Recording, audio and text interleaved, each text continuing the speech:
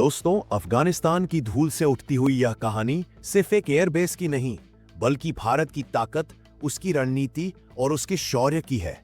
कभी अमेरिकी साम्राज्य का प्रतीक माना जाने वाला बगराम एयरबेस आज भारत की बढ़ती शक्ति और सामरिक सोच का प्रतीक बन चुका है।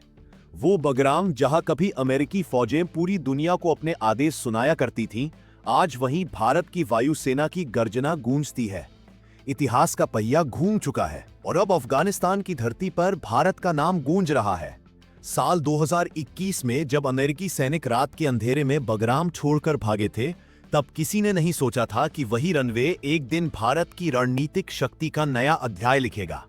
वीरान पड़े एयरबेस में जब भारतीय इंजीनियरों के हाथों से नई रनवे तैयार हुई, जब तिरंगा लहराया और जब भारतीय जेट्स ने आसमान में उड़ान भरी, तब दुनिया समझ गई कि भारत अब सिर्फ दर्शक नहीं बल्कि खिलाड़ी बन चुका है। अमेरिकी खेमे में खलबली मच गई।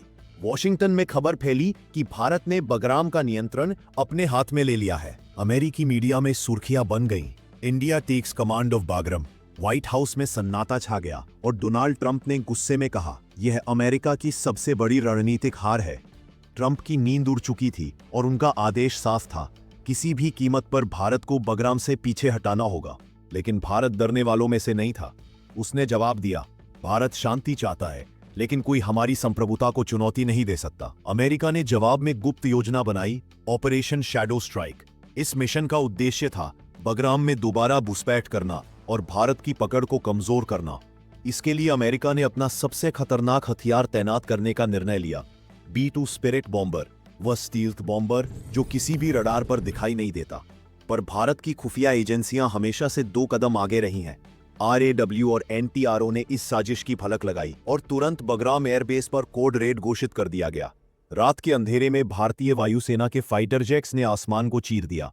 रडार सिस्टम सक्रिय हो गए और ब्रह्मोस मिसाइल यूनिट्स को कमांड मोड में डाल दिया गया। बगराम के हर इंच पर भारतीय नजरें थी। भारत ने साफ चेतावनी दी, बगराम का 1 इंच भी किसी और के कब्जे में नहीं जाएगा। ट्रंप को उम्मीद थी कि भारत झुक जाएगा, मगर हुआ उल्टा। रूस भारत के साथ कंधे से कंधा मिलाकर खड़ा हो गया। रूस के अत्याधुनिक Su-57 फाइटर जेट्स अब बगराम के आकाश में पहरा दे रहे थे। अमेरिका को यह गठबंधन किसी झटके से कम नहीं लगा।